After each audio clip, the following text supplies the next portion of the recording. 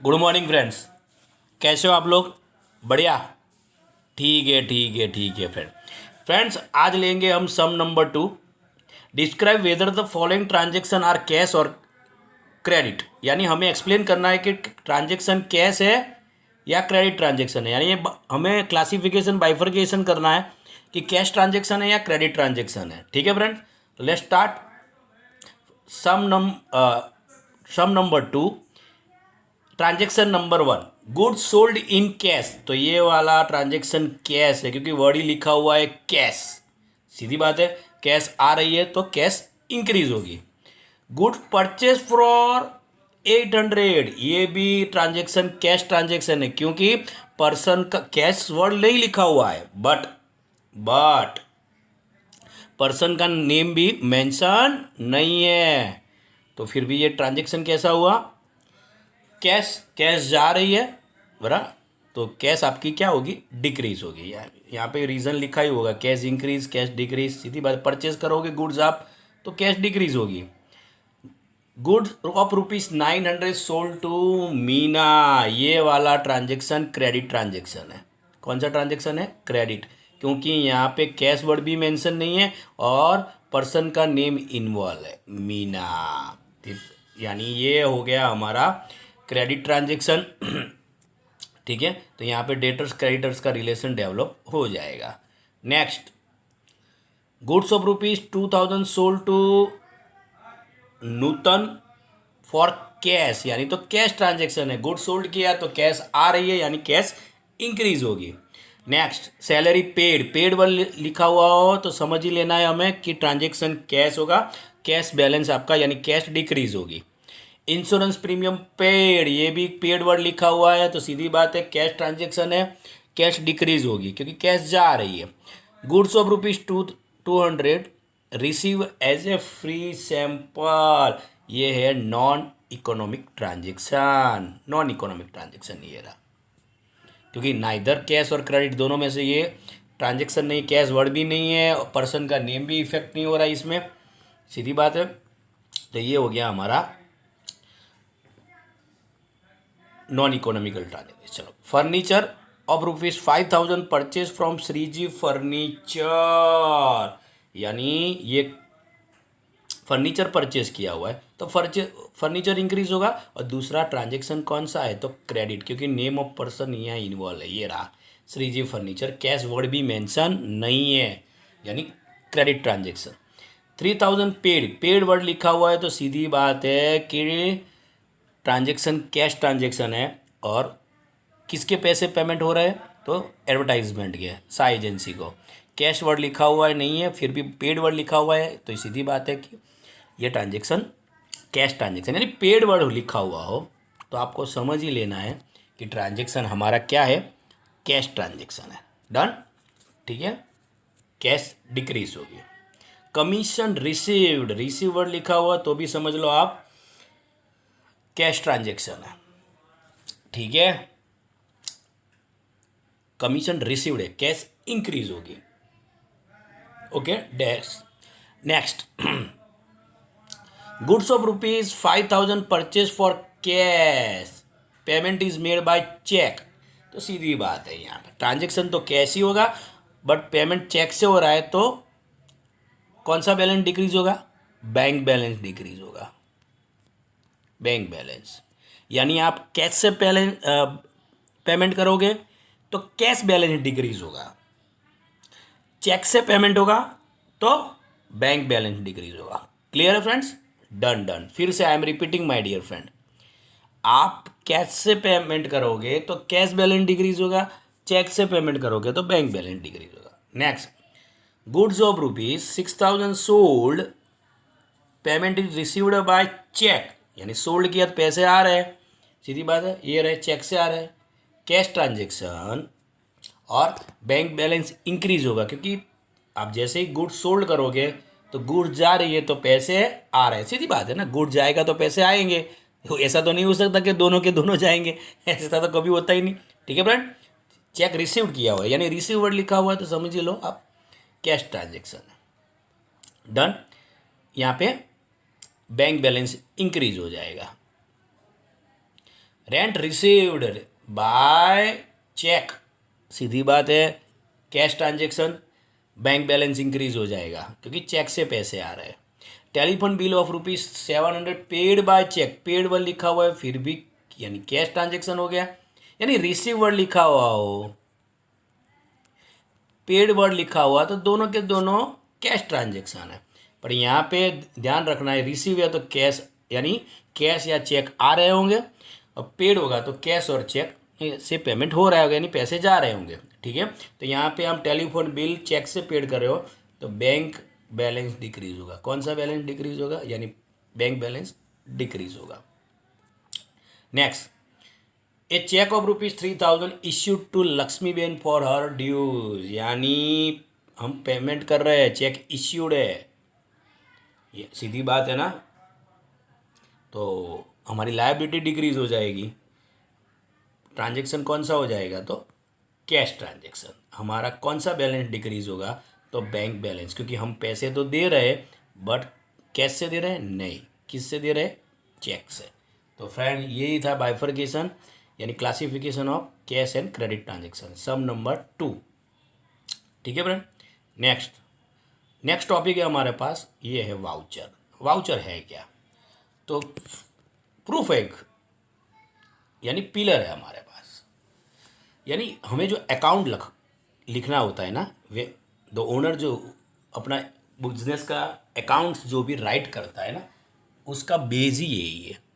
First step यही है, यानी on the basis of voucher owner अपना बुक्स ऑफ अकाउंट्स को प्रिपेयर करते हैं અને which is a business transactions return proof, यानी रिटर्न डॉक्यूमेंट।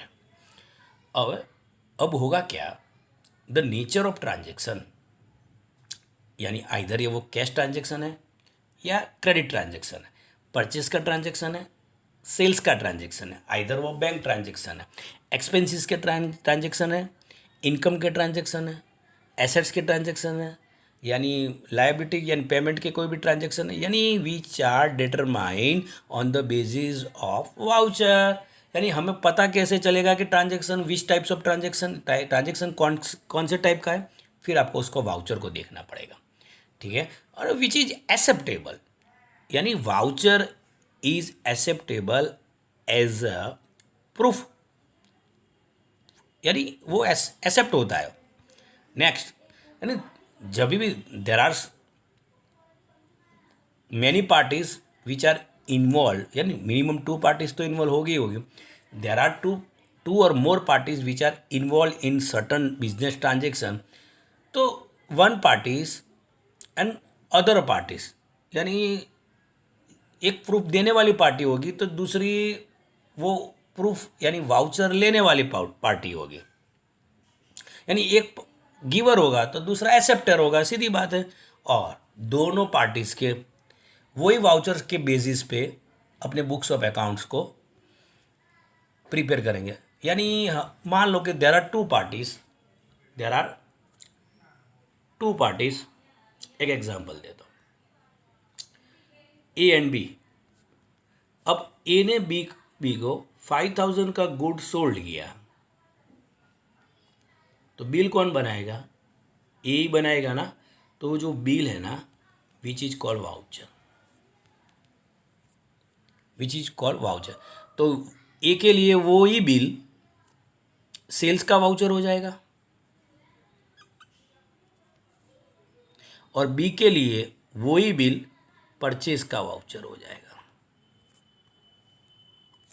सीधी बात, वही का वही, डन। तो यानी इस तरह से कोई भी ट्रांजैक्शन जो भी हुआ है उसके वाउचर बनाए जाते हैं। अब कौन कौन से टाइप के वाउचर होते हैं? टाइप्स ऑफ वाउचर, सेल्स यानी सेल करने वाली पार्टी जो भी बिल वाउचर बनाती वो बिल, यानी परचेज बिल, परचेज आप जब भी गुड्स परचेज करोगे तो आपको सामने वाली पार्टी वाउचर बना के देगी यानी बिल बना के। क्रेडिट नोट यानी आप सेल्स रिटर्न करोगे, सही कई बार होता है, आप कोई भी गुड्स सोल्ड करते हो तो certain numbers of unit, certain number of goods बराबर वो वापस आ जाते हैं, वो वॉट एवर रीज़न, क्वालिटी अच्छी नहीं होगी, otherwise whatever reason, according to order goods नहीं होगा, तो वॉट एवर रीज़न गुड्स वापस आ रहा है तो बिजनेस में होता है, कई बार आप भी रिटर्न कर दो, नीचे भी है डेबिट नोट, परचेज रिटर्न, यानी sales return, purchase return business में चलता रहता है। ठीक है, फिर है counter of foil of cheque, यानी आप कभी भी बैंक में से कैश विड्रॉल करोगे तो फिर तो सीधी बात है ना, वही होगा evidence of cash withdrawal. Paying slip, जब भी आप कैश में ट्रांजेक्शन बैंक के साथ करोगे, आप कैश डिपॉजिट करवाओगे, तो आपके पास कौन सी आपको क्या भरनी पड़ेगी? पेइंग स्लिप, सीधी बात है। विड्रॉल के लिए काउंटर फॉइल होता है, पेइंग स्लिप होता है, रिसिप्ट इश्यूड, रिसीव्ड, यानी ये दोनों के दोनों, यानी जब भी आप रिसिप्ट इश्यूड कब करोगे? जब आप अमाउंट कोई रिसीव करोगे तो आप रिसिप्ट इश्यूड करोगे, सीधी बात है ना। आप स्कूल में फीस पे करते हो तो रिसिप्ट मिलती है कि नहीं मिलती है? हाँ, तो वही रिसिप्ट आपने पेमेंट फीस पे की हुई है उसका वाउचर बन जाएगा, और स्कूल के लिए उन्होंने फीस रिसीव की है उनका वाउचर हो जाएगा। ठीक है, तो दोनों के लिए एक्सपेंसेस के जो भी बिल है तो आप उसका कैश से पेमेंट करोगे, अदरवाइज चेक से पेमेंट होगा, जो भी होगा वो। ठीक है फ्रेंड्स, नेक्स्ट। अब क्या लिखा जाता है वाउचर में? पहले तो जिसने भी वाउचर इश्यू किया हुआ है उसका नेम और एड्रेस, जिसको किया हुआ है बराबर, यानी रिसीवर या एक्सेप्टर, जो राइट करता है वो इश्यूअर होता है, सामने वाली पार्टी जिनको हम दे रहे हैं वाउचर विच इज एक्सेप्टर या रिसीवर, उसका नेम और एड्रेस मेंशन होगा। कोई भी वाउचर होगा तो डेट तो कंपलसरी मेंशन होगी, जिससे पता चल जाएगा कि ट्रांजेक्शन कौन सी डेट का है, सीधी बात है। फिर नंबर वाउचर का, आप भी स्कूल में फीस पे करते हो देख लो, आप रिसिप्ट का नंबर होगा कोई, फिर है सीधी बात है कोई सीरियल नंबर वो। फिर amount in figures, even words, दोनों के दोनों लिखे लिखे जाते हैं। फिर सिग्नेचर ऑफ बिल प्रिपेयर, यानी जिसने बिल बनाया यानी वाउचर बनाया उसकी, दोनों की, यानी ठीक है, दोनों की साइन ली जाएगी। टाइप ऑफ वाउचर, किस टाइप का वाउचर है वो भी लिखा जाएगा। परचेज का होगा तो परचेज, रिसिप्ट का होगा रिसिप्ट का, सेल्स का होगा sales, debit note, credit note, what bank का होगा तो वो भी सब कुछ, कई बार तो वो प्रिंट करके ही रखा हुआ है, तो सीधी बात है। और each voucher are differed from other in certain concept, सीधी बात है, हर एक वाउचर एक दूसरे से डिफरेंस है, यानी डिफर करते हैं एक दूसरे से। चलो अब लेते हैं यार ड्यूअल इफेक्ट्स ऑफ ट्रांजेक्शन, यानी हम ड्यूअल इफेक्ट्स पढ़ते हैं जो भी है। ठीक है फ्रेंड, नेक्स्ट, यानी डबल एंट्री सिस्टम जो भी है ना फ्रेंड्स, जो भी डबल एंट्री सिस्टम है तो वो उसमें दो पार्टीज तो होती ही है। पहली पार्टी वो होगी जो बेनिफिशियरी होगी, दूसरी जो बेनिफिट देने वाली पार्टी होगी। ठीक है, तो दोनों, यानी कोई बेनिफिट रिसीव कर रहा होगा तो कोई गिवर होगा, तो वो हो गए पर्सनल अकाउंट्स, दोनों पार्टीज के नेम होंगे। नेक्स्ट, फिर कोई भी गुड्स और एसेट्स कोई भी होगा, और रियल अकाउंट आइदर इंक्रीज होंगे या डिक्रीज होंगे। कोई भी एक्सपेंसेस होगा अथवा और इनकम भी हो सकती है, दिस ऑल आर इंक्रीज और डिक्रीज, रियलाइज होगा कुछ ना कुछ, तो उनका पेमेंट होगा या रिसीव्ड होगा तो वो नॉमिनल अकाउंट में जाएंगे। यानी there are 3 types of accounts, okay, personal, real और nominal.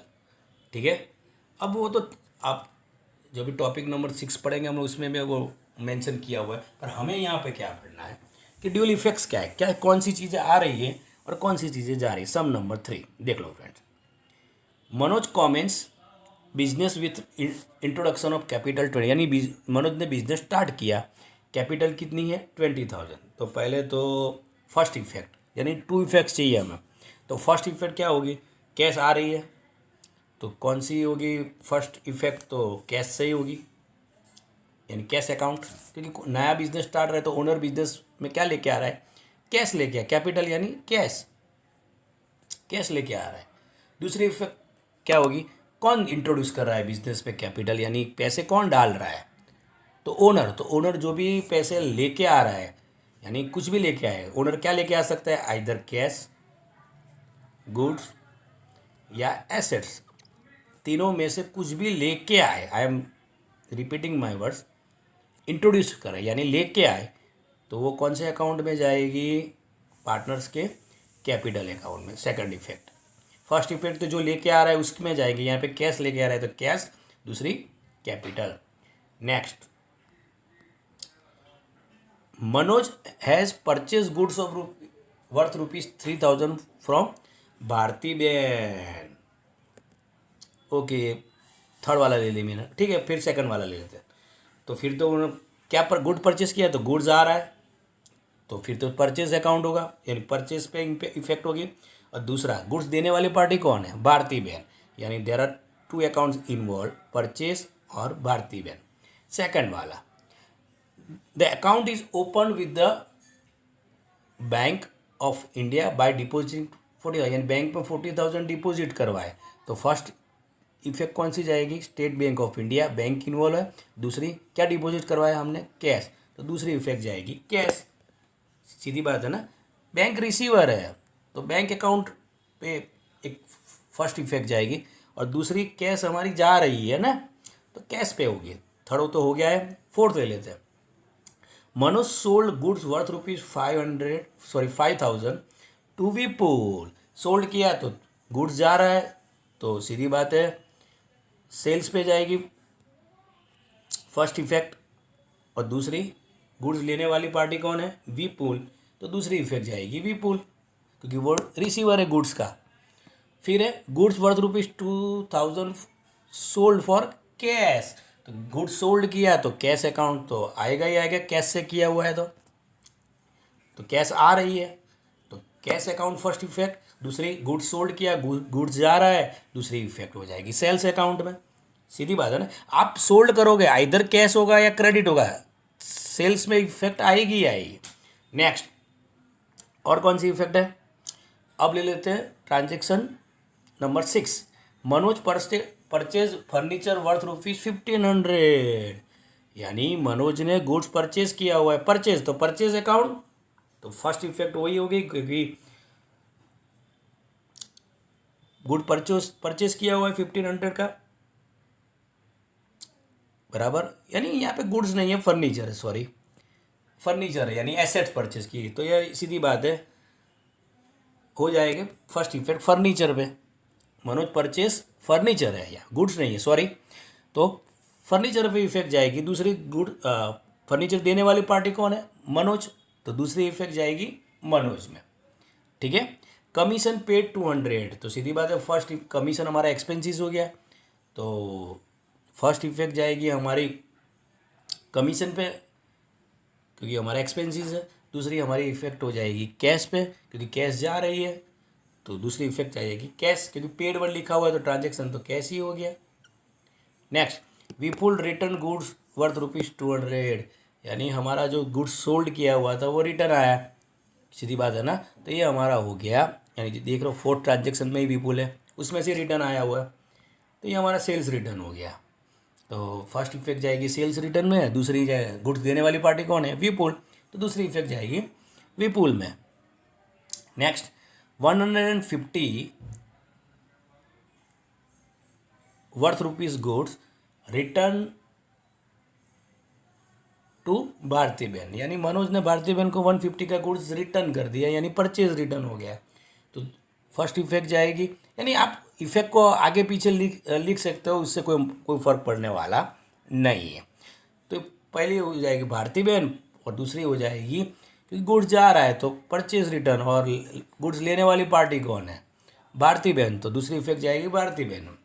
10, cheque of ₹2850 issued to Bharti बहन, यानी पेमेंट हो रहा है, तो पेमेंट रिसीव करने वाली पार्टी कौन है, भारती बहन, तो फर्स्ट इफेक्ट जाएगी भारती बहन।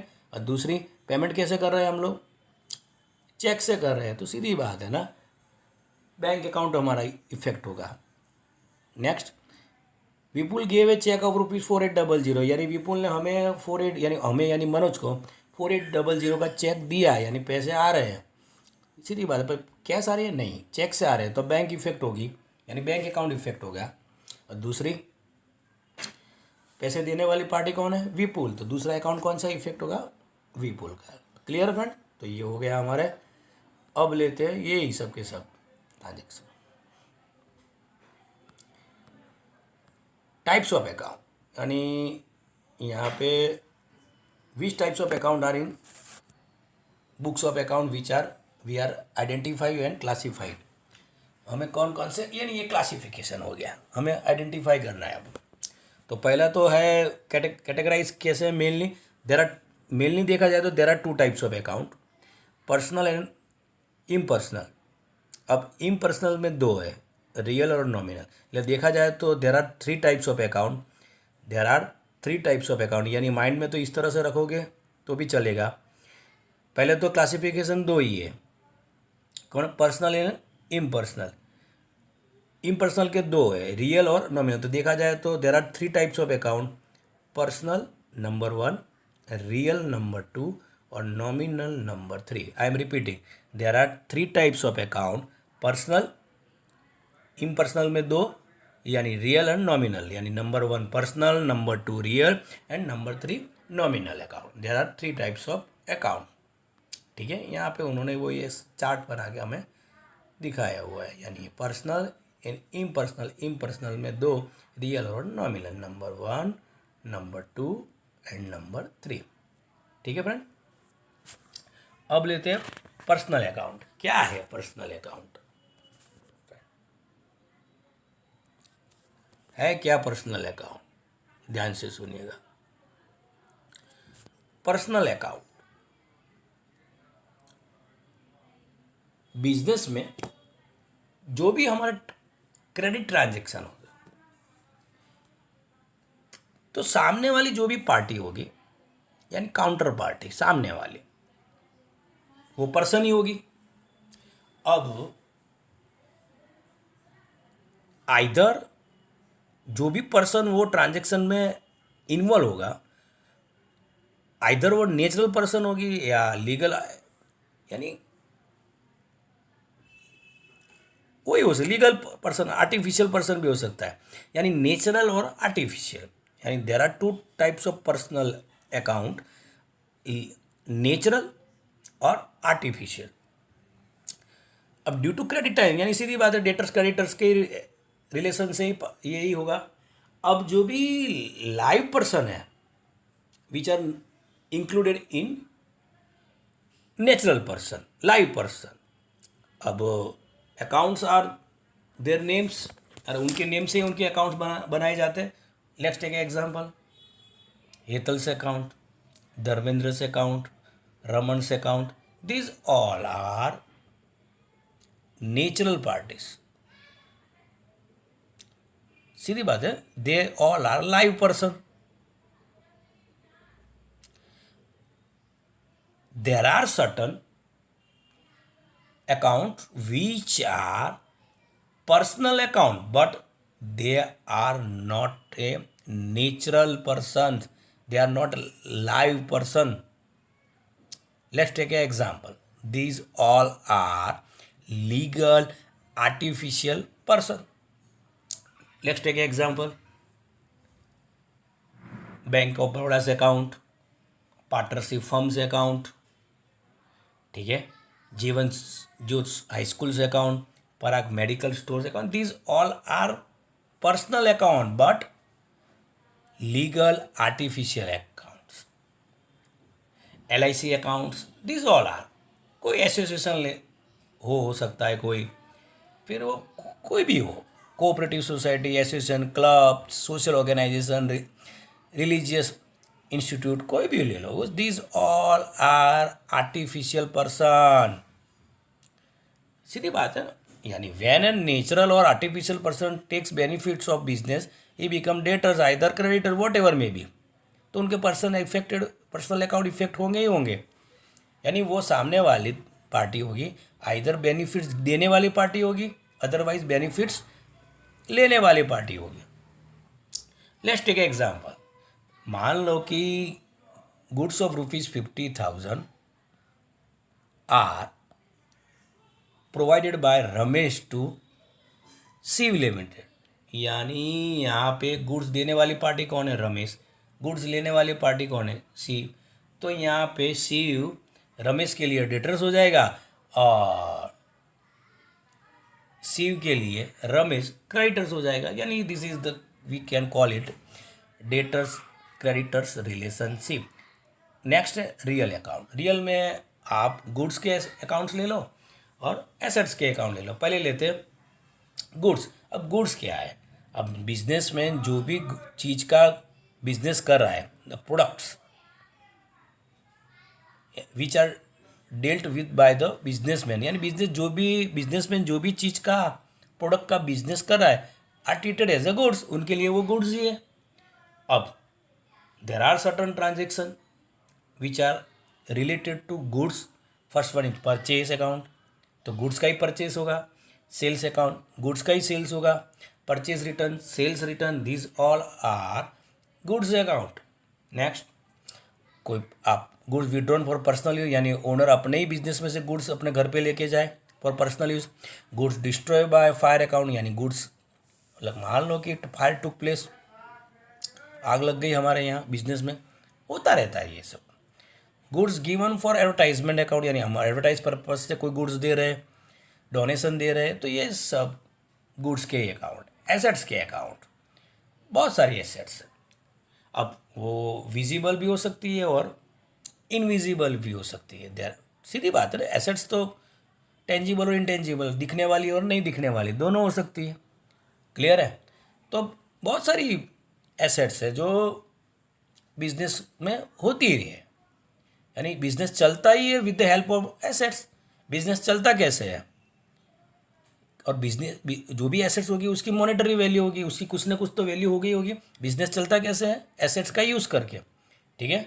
अब कौन सी टेंजिबल इंटेंजिबल बहुत हो सकते। टेंजिबल एसेट्स कौन हो सकती है? यानी दिखने वाले, लैंड ले लो आप, बिल्डिंग ले लो, प्लांट ले लो, मशीनरी ले लो, फर्नीचर ले लो, व्हीकल्स ले लो, these all are assets but tangible. अब there are certain which are intangible asset, goodwill, copyright, patent, trademark. Friends ये सब की सब एसेट्स तो है बट इंटेंजिबल। इंटेंजिबल है यानी नहीं दिखने वाली एसेट्स, नहीं दिखती है। दोनों की दोनों एसेट्स है, ये भी एसेट्स है, ये भी सब एसेट्स है, पर ये दिखने वाली यानी टेंजिबल और ये इंटेंजिबल। Clear friends? अब देर आर सर्टन एसेट्स, बराबर, जो इन्वेस्टमेंट में हो सकती है, यानी आप कोई शेयर में इन्वेस्टमेंट करो, डिबेंचर में इन्वेस्टमेंट करो, डिपॉजिट में करो, तो ये सब की सब। फिर there are certain current assets which are cash balance, bank balance, debtor, stock, prepaid expenses, बराबर, these all are income outstanding, these all are current assets. तो ये भी है, यानी रियल में दो अकाउंट्स हो सकते हैं, गुड्स के और हो सकते हैं आपके एसेट्स के। अब तीसरा टाइप है नॉमिनल अकाउंट। अब सीधी बात है, there are certain income, there are certain expenditure which are included in nominal account. क्योंकि बिजनेस चलता है तो इनकम और एक्सपेंडिचर तो होते ही रहते हैं, क्योंकि प्रॉफिट और लॉस की जो भी हमें कैलकुलेशन करनी है, यानी कॉम्पिटिशन यानी कैलकुलेशन, जो calculation on the basis of income और एक्सपेंडिचर ही होंगे वाला। अब जो भी इनकम के अकाउंट्स हैं कौन कौन से हो गए? Interest received, discount received, rent received, commission received, brokerage received, these all are incomes accounts. और एक्सपेंसेस के अकाउंट ले लेते हैं अब, वेजेस, फिर carriage, postage expenses, stationery, salary expenses, taxation हमारे यानी टैक्स, डेप्रिसिएशन, डिस्काउंट इश्यूड यानी allowed, insurance premium, advertisement expenses, ठीक है, फिर है हमारे बैंक चार्जेस, वट एवर में, these all are expenses account. यानी नॉमिनल में there are two types of account, income और एक्सपेंसेस। तो I am repeating my dear, there are three types of account. First है पर्सनल अकाउंट्स, इसमें natural person और legal artificial person. दूसरा है हमारा रियल अकाउंट, उसमें गुड्स के अकाउंट, एसेट्स के अकाउंट। थर्ड है हमारे पास नॉमिनल अकाउंट, उसमें इनकम के और एक्सपेंडिचर के। तो फ्रेंड आज के सेशन के लिए इतना ही, नेक्स्ट सेशन में हम आगे का लेंगे। ठीक है friend, have a good day.